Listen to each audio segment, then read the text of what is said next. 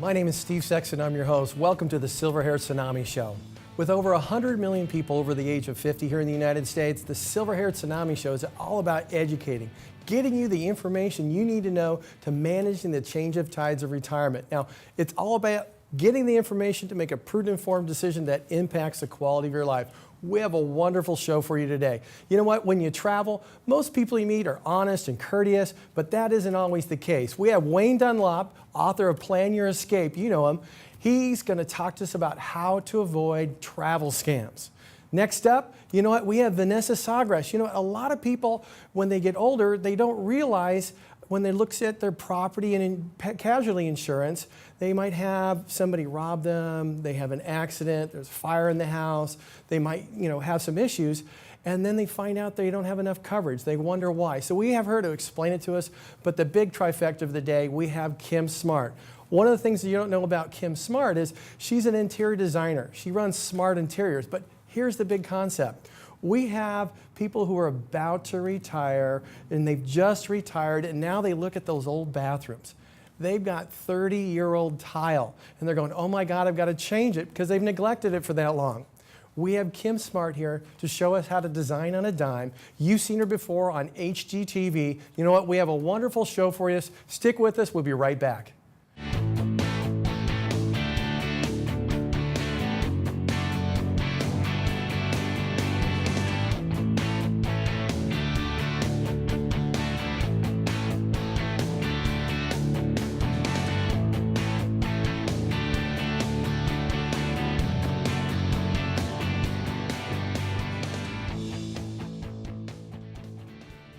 For today's tip of the day, I want to tell you a little story. My wife and family and I, we donate our time at this farm that sets aside acreage to grow vegetables for a food pantry. Last summer, we were talking with a family who's a military family, and they spend 3 weeks there a year. And the 3 weeks they spend there, and the reason why they do it is because they don't have any money to travel. And one of the gentlemen asked me, hey, you know what? How do you find the money to travel? And I looked at him and I noticed he and his wife both had a Starbucks cup. And then I asked him, I said, I have a question. How many times do you go to Starbucks? His wife goes 2 or 3 times a day. He goes once. He buys some food at another place and she buys some food at another place. And we found out they're spending about $40 a day on eating out and drinking out. I said, you know what, that's $120 a month. You think you can buy some ceramic Starbucks cups and maybe get your own coffee? He said, yeah. I said, what about that truck you're driving? You drive to Camp Pendleton every day, right? So you get about 10 miles to the gallon? He says, yeah. I said, well, if we figure that out, based off, you're driving about 14 gallons a day. He went, oh, I never realized that. I said, that's about 8 tanks a month for you. Times $70, that's $560. And it turns out his wife drove a Prius. She drives 10 miles a day. I said, what if you switch cars? How much would you save? At least 4 tanks, they thought.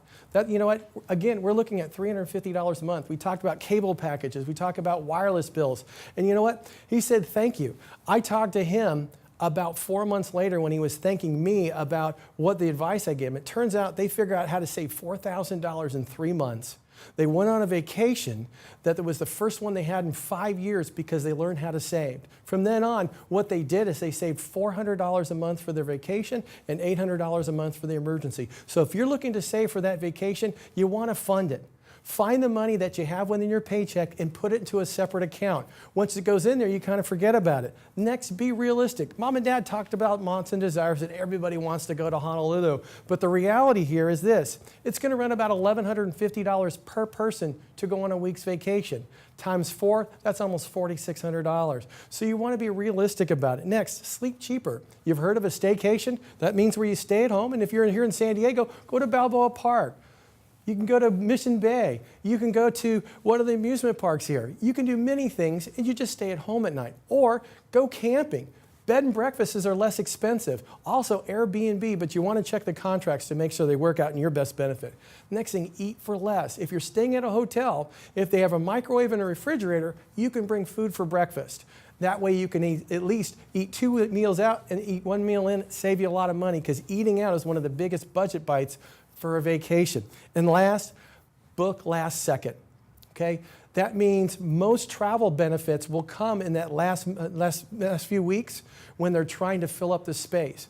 My client went to the Grand Tetons. He stayed at a 4-star hotel that was regularly $400 a night. Because they booked the Tuesday before, they paid $150 a night for their family of 4. They saved a ton of money. If you would like to get a trip budget worksheet, you can go to the Silver-Haired Tsunami website. Now, we have a great show. We got Kim Smart, Vanessa Sagres, and Wayne Dunlop, so stick with us. We'll be right back. Hi, welcome back. You know what? We have Wayne Dunlop back. You know what? He is the author of the book, Plan Your Escape. You know what? You might even already have a copy, but if you'd like one, you can go to the Silver-Haired Tsunami website. Now, today is all about avoiding travel scams. I want to make sure we're very clear because we're not looking to scare anybody. Stuff like we're going to talk about in this segment rarely happens, but it's important to be cognizant to make sure it doesn't happen to you. Now, Wayne, thanks for joining us. Well, thank you. You know what? I just want to say this first. I know you've just been listed as the #1 travel blogger for boomers, so congratulations. Well, thank you. You know, it helps to have 125,000 followers. It's a lot of fun there. But you know what? The majority of people, when you travel, are honest. They're good, decent people. But every once in a while, you know what? You have some people that want to take your money, they want to take your stuff. So the biggest concern I have is how do we teach people to be safe for themselves, how to avoid a scam when they're traveling? Yeah, so today what we're going to do is cover just the top ones that people get hit. So that's probably like the 80-20 rule. You know, but again, re-emphasizing, most people are friendly, generous, and honest. So this doesn't happen very often. But the first tip we always give everybody, pay with a credit card whenever you can. Because then you can always go back to the credit card company. If you got defrauded or something didn't happen, you can negotiate with them and you can save that money. So that's a great tip. Also, be very careful about any offers coming over the telephone. Postcard and telephone offers, there's been a high degree of problems reported So about you mean those. when you're traveling, people call you and Well, say... no, at home. Say someone calls you at home and then says, we got this great travel thing, blah, blah, blah, and it's too good to be true. Well, it probably is, and so like that. And then also, any company that's reputable will put their offer in writing. Any company that's not reputable won't. Now, not that every company that doesn't put it in writing is not reputable, but there's a good one-to-one correlation. So get it in writing. Let's talk about the fees and the cancellation policies and all that.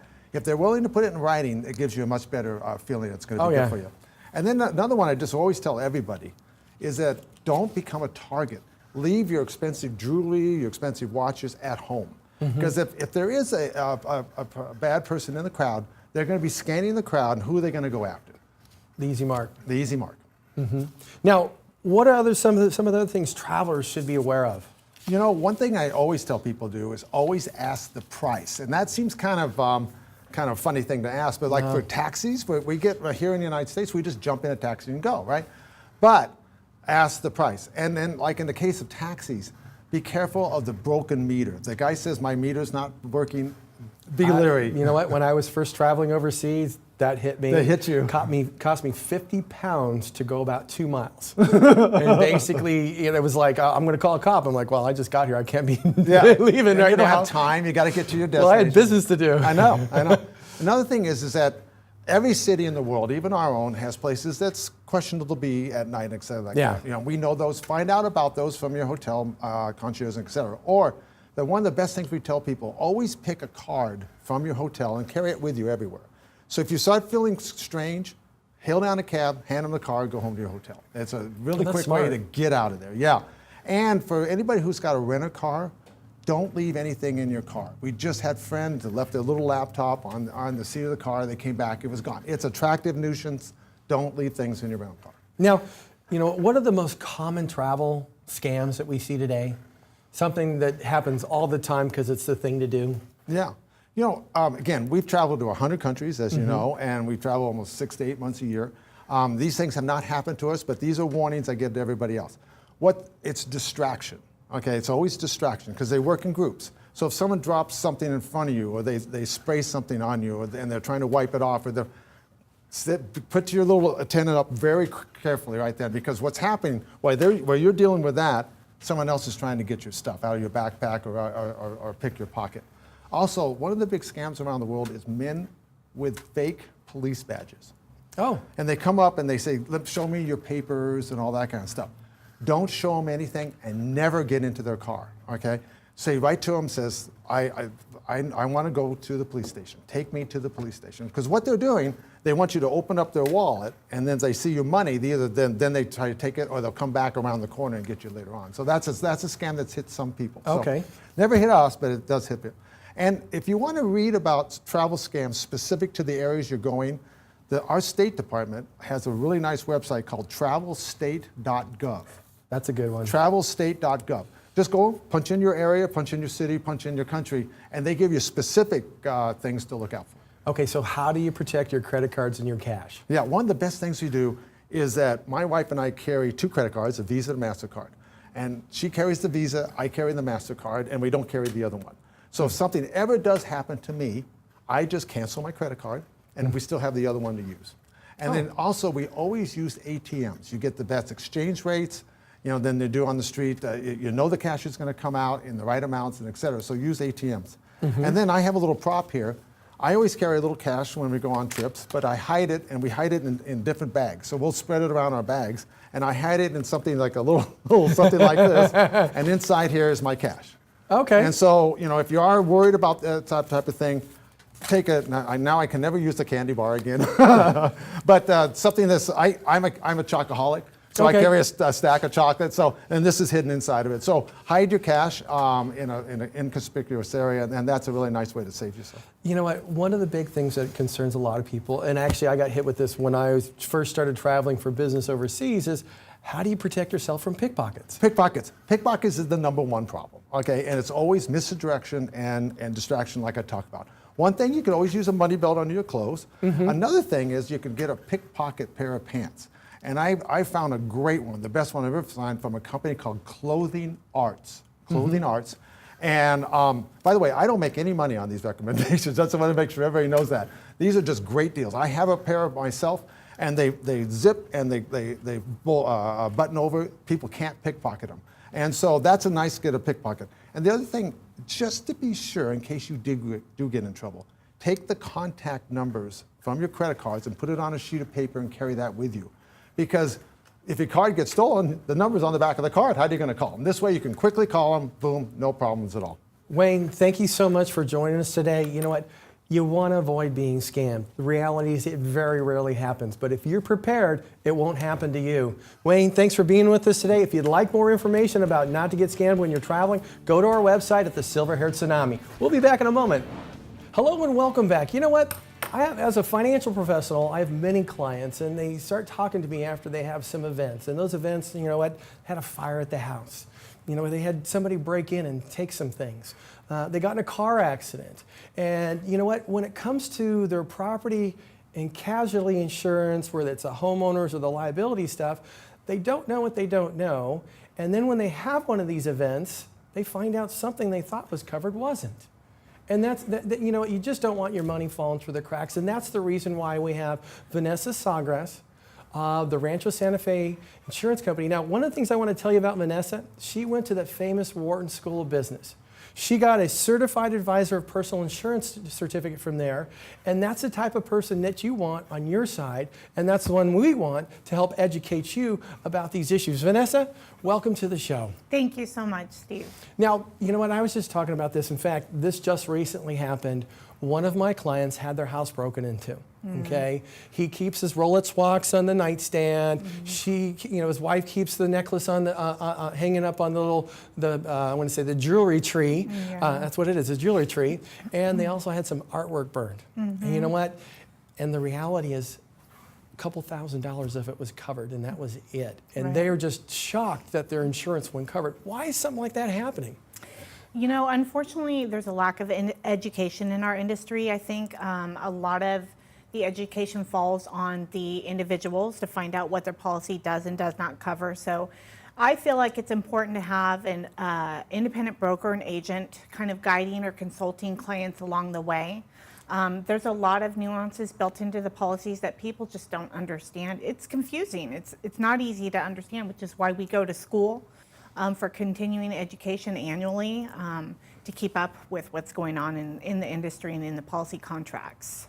So You know what? When somebody has something that's worth more than a few $1,000s, does it? How should they have that set up on their homeowner's policy? That's a great question.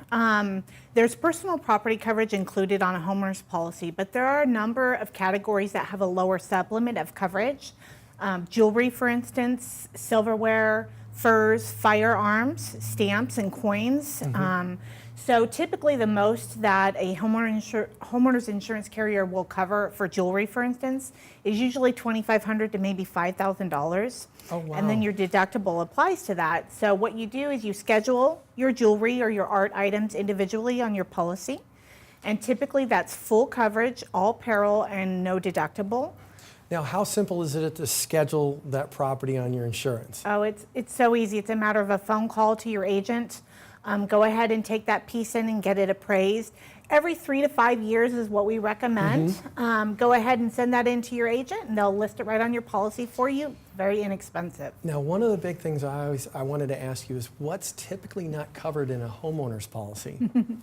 The two main things that people don't think about or a lot of times assume are covered, especially individuals moving here from out of state, are flood insurance and earthquake. Okay. Earthquake is not covered on a homeowner's policy unless you specifically purchase that separately. Okay, so you have to do it with the state earthquake fund, is that what it's called? If your insurance company writes their earthquake through the state, then it would go through California Earthquake Authority. But some companies write their own earthquake coverage. But it's always separate. You have to purchase that separately. Okay, okay. Now, one of the other things I want to move to is this liability issue. You know what? One of the things that I've seen, and even way in my back days with the Automobile Club, where people get 15, 30, and 5. They get the lowest coverage because it was the cheapest. Right. And then they would get into an accident and cause damage to somebody, and the damages were $20,000, $30,000, $40,000. And the next thing you know, they're filing bankruptcy or they've got to write big checks. Yeah, it happens quite a bit. Or even if you're hit by an uninsured or underinsured motorist here in California, we have quite a bit of that. Oh, yeah. Another misconception in the insurance industry people don't understand is the liability portion of your auto policy is not the most expensive part. You know, it's very inexpensive to bump those liability limits up to, I wouldn't say anything less than $100 per person, $300 per accident, but even $500 or $1 million in coverage is very inexpensive. Let's talk about that. So, Okay. you know what? You got houses in San Diego. Most of them are almost at $1 million. And then you have people have their cars, their savings. What type of liability limit should they have, and how should they look at it to make sure they're adequately covered? I would say always, always purchase the highest limit of liability that you can get on the homeowner's policy, which is typically $1 million. Sometimes it's $500,000, but I can't tell you how many times I see people purchasing the lowest limit, which is $300,000. And it's honestly about $30, $60 a year to bump that up for another $700,000 in coverage to bump that up to $1 million. So I heard this at an insurance convention one time by a claims person. He says, you know what, most people don't realize this, but if they get in a car accident and they cause some damage to somebody else and somebody's looking to litigate, they're just going to say, how much are you worth? And then they're gonna go, okay, I'm gonna sue you for this much. Right. And if they end up getting that much, you might be selling off assets or stuff like that, unless your coverage is high enough. That's right. We always recommend that our clients speak with their financial advisor about what is the appropriate limit of umbrella coverage. The general rule of thumb is to make sure your net worth is protected. You know, you don't have to be a millionaire to cause $1 million in bodily injury to somebody else, or multiple people are injured in one accident. And $1 million, it doesn't go very far these days anymore. Now, what are the big, a lot of times the kids, we're talking like, you know what, I have a 16-year-old and a 17-year-old. Yeah. They're both driving, okay? And I know better than this, but I've seen a lot of people that have tried to separate them on their own policy and stuff like that, but a lot of parents don't realize they're still under the household, so the liability's still on mom and dad. And is that do you see that? Is that, how should people be dealing? What's the smart move there? Yeah, the more you can separate yourselves from their liability, the better. There's no harm in, for instance, titling the vehicle to your child's name, etc. But it would be in the insured's best interest to go ahead and list that vehicle and that driver on their auto policy, even if your child is away at college, away from home. What if he or she borrows their friend's car, or, or drives their friend's car because their friend isn't able to drive one night. You want to make sure that you have liability protection for you, because you're still legally liable for that child even while you're paying for college tuition. Okay. Now, if somebody gets into a car accident, what's the smartest thing to do first? Get out and ask if everybody's okay. That should always be the first question. Yeah. We're talking about human lives here, Yeah. and vehicles can be repaired and replaced. But exchange information, i.e. the driver information, insurance information, and get a photo of the license plate of the vehicle, the other vehicle that was involved, as well as any damages. Okay. Vanessa, thank you so much for coming on to the show. That was just wonderful. I appreciate it. Hope you'll come back soon. Absolutely, my pleasure. Thank you. If you would like to get some information from Vanessa at Rancho Santa Fe Insurance, you're going to see the information on the screen, or you can go to the Silver-Haired Tsunami website. It's very important that you have your insurance coverage up to date and make sure you have the proper limits, because the last thing you want to do is have your hard-earned money fall through the cracks because you're not covered properly. Next, we have Kim Smart with Smart Interiors. You can't wait to see this. Hi, my name is Chuck Cassidy. I live in the Meadowview area of Temecula, and I chose Baker Electric Solar. Everybody and his brother is selling and installing solar these days, and you really have no way of knowing, are you going to get what you pay for? My electric bill has been in the minus every month for the past 2 years. Very few things in life these days come out the way you want. This was one of them. Hi, Kim Smart with Smart Interiors, located in sunny San Diego. My clients hired me to update their dated and dismal master bath. They wanted a master bath suite that was sleek and sophisticated. I had to do all this in a short period of time, and I had a couple of other parameters to boot, which were, I needed to keep the same footprint, I had to keep all the cabinetry, the tub, and I had to keep the flooring. This was going to be a tall order to fill. Let me show you the before. It really is a nice size space. I love the angled ceiling. The cabinets are worn and have seen better days. The pinkish tile on top of the countertops is builder basic and dated. The tub under the window is going to stay. However, the tile on the tub deck has to be replaced because many of the tiles are chipped, cracked, and are falling off. The shower feels small, and the frosted glass doors have gotten grimy over the years from all the hard water. The small makeup vanity has become a catch-all area, and the mirror and the lights are as basic as it gets. So here's the before and the after. It doesn't look like the same room, does it? We addressed the worn maple cabinets by spray lacquering them with an espresso finish. We added some polished chrome hardware for some shimmer. The countertops were replaced with a creamy, clean quartz. And to add a bit of the unexpected, we used rectangle sinks and finished them off with squared off hardware handles and faucets. The tub area changed dramatically by running the tile across the entire wall and around the window. And we did this because now there's no awkward starting and stopping points with the tile. Plus, it gives it a more finished look and adds drama. The shower is the same size, but it looks so much bigger for 2 reasons. 1, we ran the tile to the ceiling, drawing the eye up. And 2, the frameless glass door opens up the view from inside and out. On the back wall, we did a feature tile running vertically from the ceiling to the floor, and I think it looks like a waterfall. On the floor, we did a split stone, and I think it's a nice contrast to the polished tile. Check out the infinity drain. It just disappears, and the generously sized bench.